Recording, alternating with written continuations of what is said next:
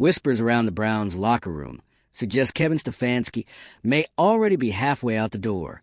With mounting losses and rising pressure, sources hint that the head coach is more focused on future opportunities than fixing the current mess. Yet he remains locked in on Dillon Gabriel, a quarterback whose performance continues to raise eyebrows.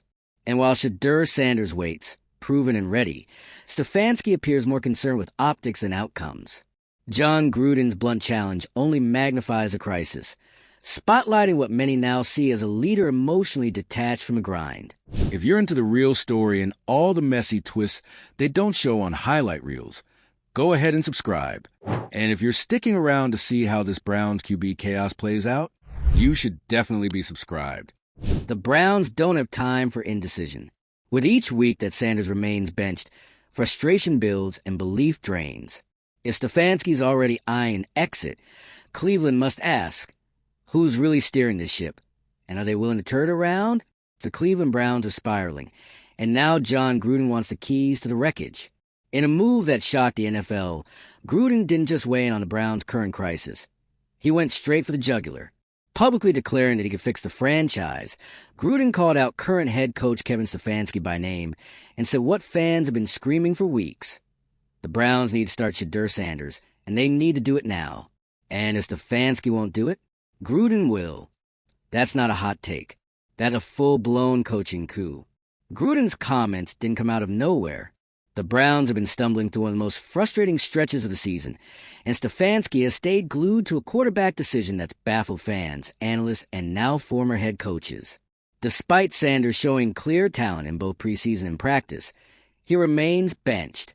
Meanwhile, Dillon Gabriel keeps getting the start, despite repeatedly proving he's not up to the task. The tipping point? Losing to the Jets. The Jets, widely considered the weakest team in the league, walked away with a win, while the Browns looked flat, disorganized, and beaten before the game was even over. For most franchises, that kind of loss would trigger a shakeup. For Cleveland, nothing. Stefanski stood at the podium and stood by his guy again. That refusal to pivot is what's pushing this entire story into meltdown territory. Because this is no longer about one bad decision. It's about a pattern. Stefanski isn't just sticking with Gabriel. He's actively ignoring what the rest of the league sees. And that's where things get dangerous. When a coach can't admit what's right in front of him, everything starts to break down. Strategy, execution, morale, and eventually the locker room. Critics say Stefanski is coaching for himself, not for the team. That every decision is calculated to protect his job, not produce wins. And as pressure mounts, the theory doesn't sound far-fetched. Reports are already surfacing that Stefanski could be exploring other coaching opportunities, mentally 1 foot out the door, while still pretending to lead. If that's true, then it's even worse than people thought, because it would mean that the guy calling the shots isn't even fully invested in fixing the season. It would mean that Sanders' development is being stalled not by merit, but by a coach stalling for time. And if there's one thing NFL teams can't afford, it's wasting time. That's what's so frustrating about this moment. The Browns have the answer. Sanders has demonstrated the skill. He's earned the opportunity. He's shown he's ready. But instead of riding that momentum, the team is anchoring itself to a quarterback who hasn't delivered and a coach who refuses to admit it. That disconnect is at the heart of this firestorm. Because fans don't just want change, they need it. There's no confidence left in the current trajectory. And when Jon Gruden stepped up and said what so many are thinking, it hit like a thunderclap, not because it came from Gruden, but because he said the obvious truth. Shedeur Sanders is a future, and the Browns are choosing to ignore him. It's not hard to understand why that's resonating. This isn't just about talent. It's about timing. The Browns still have games left. The season isn't mathematically over. And with each week that passes, the window for a mid-season turnaround gets smaller. Sanders sitting on the bench isn't a developmental strategy. It's sabotage. And it's threatening to derail not just the season, but his entire trajectory. Because this league moves fast. Opportunities dry up. Fans check out. And if Sanders doesn't get a shot now, the Browns risk losing more than just a few games. They risk losing their future. And let's not pretend like this is a difficult decision. Stefanski's loyalty to Gabriel isn't being rewarded. The offense is flat, The team's energy is off. The results speak for themselves. Yet Stefanski stays stubborn, insisting on a plan that has already failed. That's not strategy. That's denial. And now it's triggering a leadership crisis that's bleeding into every corner of the franchise. Analysts are openly wondering if Stefanski's decision-making is about preserving a legacy or avoiding the embarrassment of being proven wrong. Because if Sanders takes a field and succeeds, what does that say about the weeks, maybe months, of missed opportunity? Segment, and what message does that send to the rest of the team? It says merit doesn't matter. It says performance won't be rewarded. It says this is no longer about winning. It's about control. That mindset is what burns teams to ground. Because once players stop believing in the coach's decisions, everything breaks down. Trust erodes. Commitment falters. The locker room turns cold. And once you lose that, it doesn't matter how good your playbook is. The team's already lost. Which is why this isn't just about starting a quarterback. It's about salvaging the locker room before it turns completely on its own leadership. And here's what makes it even more painful. Stefanski's refusal to adapt isn't unique. We've seen this play out before. Coaches betting on the wrong guy, writing out a plan that's not working, and dragging the entire organization with them. It's textbook stubbornness. And it never ends well. What makes this case worse is how preventable it is. Sanders is in the building. He's shown he's capable. The fan base is ready. The players are ready. And every analyst with a pair of working eyes is saying the same thing. So what is Stefanski waiting for? Because the next few games aren't just important, they're defining. The Browns face the Ravens next, a team that won't hesitate to exploit weakness. If Gabriel struggles again and Sanders still doesn't see the field, the noise won't just be outside the organization. It'll be coming from within. The pressure will go from loud to deafening. And that's when tough decisions are usually made for you. The front office can't sit by forever. The fans won't. The players won't. Eventually, someone has to put the team above the coach. Because that's the job. To adapt. To evolve. To win. If Stefanski can't do that, someone else will. That's the underlying threat in Gruden's bold offer. He's saying, if you won't fix it, I will. Whether you believe in Gruden or not doesn't matter. His message hit a nerve because it exposed the Browns' biggest flaw, their refusal to act in their own best interest. That's what this has become, a choice between leadership and loyalty, between sticking with a failed plan and chasing potential that's sitting right in front of them. And if they don't make that choice now, the damage might not be reversible, because Sanders won't wait forever.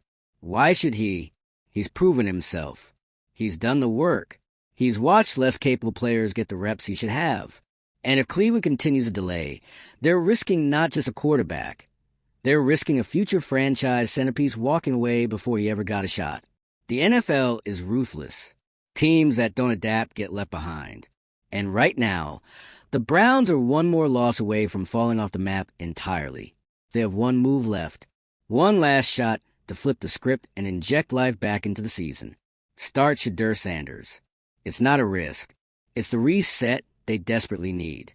And if Stefanski won't do it, someone else needs to step in and make the call. Because if they wait any longer, it won't be a quarterback controversy anymore. It'll be a full-blown franchise collapse. Let us know, should Sanders be starting right now? Is Jon Gruden out of line? Or is he just saying what everyone else is too afraid to admit? And do you think the Browns can recover from this mess if they keep going down the same path? Drop your thoughts in the comments. Like this if you're done watching Cleveland waste its potential. Share it with someone who's been yelling at the Browns for weeks. And hit subscribe, because this team may not be done crashing, and we'll be right here when the next piece falls apart. The Cleveland Browns are not just flirting with disaster. They're sitting across the table from it, ignoring every red flag, and pretending the candlelight isn't burning the whole place down. At this point, it's not even about poor decision-making. It's about what happens when leadership digs in its heels so deep, it's willing to lose everything just to avoid being wrong. The Shedeur Sanders controversy isn't just a quarterback dispute. It's become a referendum on accountability. Because here's what the football world is watching play out in real time. A young, talented QB shows he's ready to step in and contribute. The current starter repeatedly falters, The team loses to one of the worst franchises in the league and nothing changes. That's not just a bad call. That's negligence. And it's not just Jon Gruden saying that anymore. His bold push to take over Brown's head coaching job and immediately start Sanders didn't come out of nowhere. It was a natural result of an organization refusing to do the obvious. His comments struck a nerve because they echoed what so many people have been too cautious or too politically tied to say out loud. Someone finally snapped and said it. This team is wasting Shedeur Sanders. And when you watch the situation unfold week after week, it's impossible to come to any other conclusion. Sanders wasn't brought in to be invisible. He wasn't brought in to sit on the bench while Cleveland's offense fumbles its way through game after game. He was brought in to compete. And he has. That's the kicker here. This isn't a question of whether he's shown enough. It's that he's shown plenty. And yet, he's still sidelined. And Dillon Gabriel? He's not getting it done. Plain and simple. It's not about personal attacks. This is about what we've seen on the field. Underthrown balls, shaky decision-making, misreads, and a general sense of instability in the pocket. This isn't a minor slump. It's a pattern. One that's costing the team wins and momentum. Now think about the message that sends. To the team, keep playing hard, but don't expect performance to matter. To Sanders, we see your talent, but we're too scared or too stubborn to use it. To the fans, trust the plan, even if it's clearly failing. What are we doing here? Stefanski's continued defense of Gabriel, even after losing to the Jets, is what really broke the story wide open. That game should have been the final straw. It should have been a moment where a frustrated coach threw caution to the wind and said, "Okay, it's time for something new." Instead, it was just more of the same. And for many fans, that confirmed the worst fear. Stefanski isn't just hesitant. He's disconnected. Disconnected from the locker room. Disconnected from the fans. Disconnected from reality. And it's not just speculation anymore. Insiders are saying it out loud. Stefanski might already be thinking about his next job. He's reportedly being linked to other coaching opportunities. So let's be clear. If the head coach is more focused on his exit than his execution, that's a massive problem. That's not leadership. That's babysitting a roster until someone else takes over. And yet, he's still the one making the decisions. That's what makes this even more maddening. Because while Stefanski protects his job, the team is stuck in limbo. Every week that Sanders doesn't play is one less week of development, one less week of chemistry building, one less week of figuring out whether this kid can actually be the franchise centerpiece that people believe he is. And that's the part that stings the most. The Browns have a golden opportunity right in front of them, a chance to spark something new, build for the future, and energize a team that clearly needs a jolt. But instead of taking that shot, they're playing scared. They're protecting pride instead of protecting the future. That's how good teams become. Cautionary tales. And the longer this drags on, the worse it's going to get. Because when you delay the inevitable in the NFL, it always ends the same way. Someone gets fired, the locker room fractures, and by the time you finally make the change, it's too late to salvage anything. Cleveland's not there yet, but they're close. This upcoming stretch of games, especially the one against the Ravens, will either push them over the edge or save their season.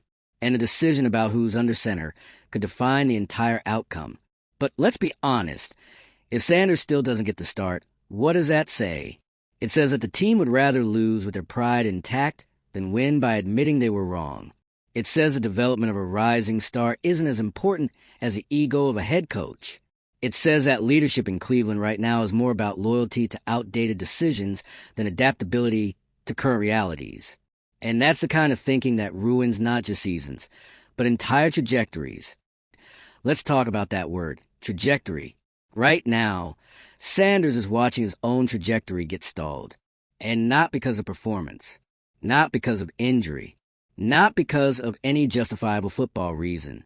But because a coach is clinging to a plan that isn't working. What does that do to a young player? What does that tell him about how this organization views his future? How long before that frustration becomes something bigger? How long before Sanders starts thinking about his next opportunity? Just like Stefanski reportedly is. And you know what? You can't blame him. Because why should he waste his best years sitting on the sidelines for a team that won't even take a chance on him when the current starter is losing to the Jets? Every day the Browns don't start Shedeur Sanders is another day they risk alienating the player who could turn their entire franchise around. That's what's on the line here. And let's not downplay what it means when someone like Jon Gruden throws his name into the mix. Regardless of how you feel about him personally, his comments carry weight. When a former NFL head coach publicly declares that he can fix the Browns and that Sanders is the answer, it sends a signal, not just to fans and media, but to front office. It says the dysfunction is no longer just a conversation among frustrated fans. It's now a national headline.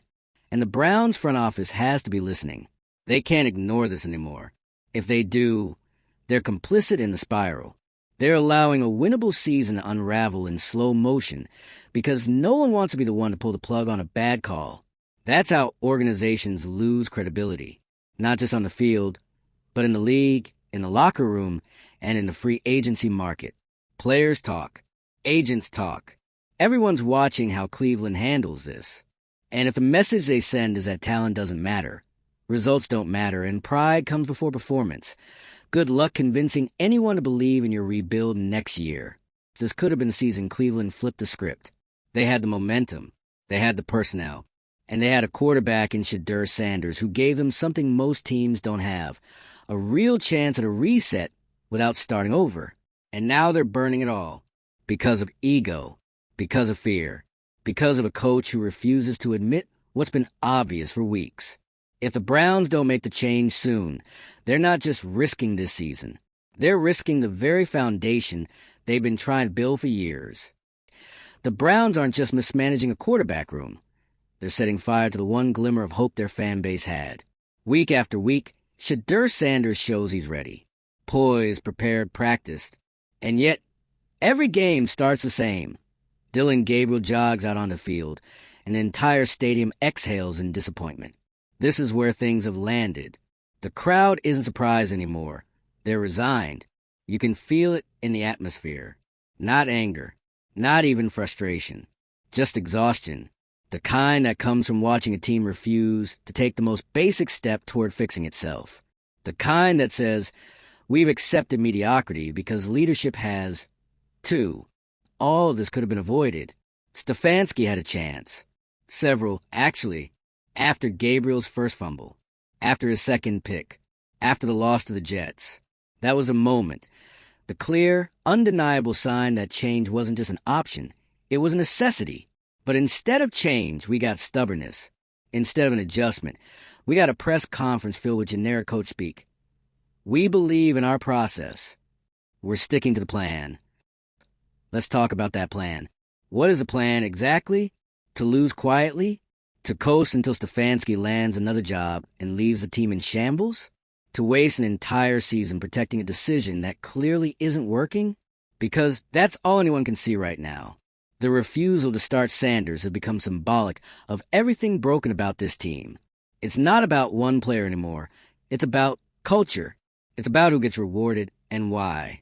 And right now, the message is clear. Loyalty to bad decisions is more valuable than real-time results. You know who doesn't play that game? Winning organizations. Look at the league's top teams. They adapt. They bench underperformers. They elevate players who rise to the moment. That's how you build winning DNA. Not by protecting feelings. Not by pretending losing is part of a longer vision. Winning teams make tough calls. Losing teams hesitate. And Cleveland? They're hesitating themselves into irrelevance. Here's the hard truth. Every game Sanders doesn't start, the Browns fall deeper into the hole. Not just in the standings, but in identity. They're becoming the team that could have, the team that refused. That's not just frustrating, it's embarrassing. And the fans? They know it. They see the writing on the wall. This isn't about impatience. It's about urgency. They've waited. They've trusted the process. But the process is broken. And now, the one player who could give this team a spark, Shedeur Sanders, is being kept on the sidelines by a head coach who might not even be around much longer. That's the part that makes it unbearable. If Stefanski were doubling down because he truly believed Gabriel was the future, That would be one thing. But reports say he's already looking at other coaching opportunities. So what are we doing here? Why is a coach who may be halfway out the door controlling the trajectory of a young quarterback's career? That's malpractice. The front office has a responsibility here. 2, it's not just Stefanski anymore. It's the decision makers above him, the ones who are watching this unfold and still letting it happen. At what point do they step in and say, enough is enough? How many more games? How many more wasted drives? How many more empty fourth quarters? The Browns don't need another rebuild. They need a realignment. A moment where anyone, in a position of power admits that what's happening is not working. That the most talented quarterback on the roster shouldn't be stuck behind a guy who can't move the chains. Jon Gruden may not be the solution, but he did what nobody in that building had the courage to do. He said what everyone else was thinking. He called it out. And that's why his comments resonated. Not because he's a hero, but because he finally broke the silence. The Browns should have been the team making noise this year, for the right reasons. Instead, they become the latest chapter in a long-running story of what not to do when talent is staring you in the face. And when the dust settles, and this season ends with another what if, everyone will look back at this moment and ask the same thing. Why didn't they just start Shedeur? So what do you think? Are the Browns still salvageable? Or is it already too late? Should Sanders be QB1 tomorrow? And how many more games need to slip away before someone in Cleveland finally decides that doing nothing is no longer an option? Drop your thoughts in the comments. Give this a like if you're tired of watching raw talent get buried under bad leadership. And hit subscribe for more of the NFL's most chaotic unravelings. Because the Browns might be the story right now, but they definitely won't be the last.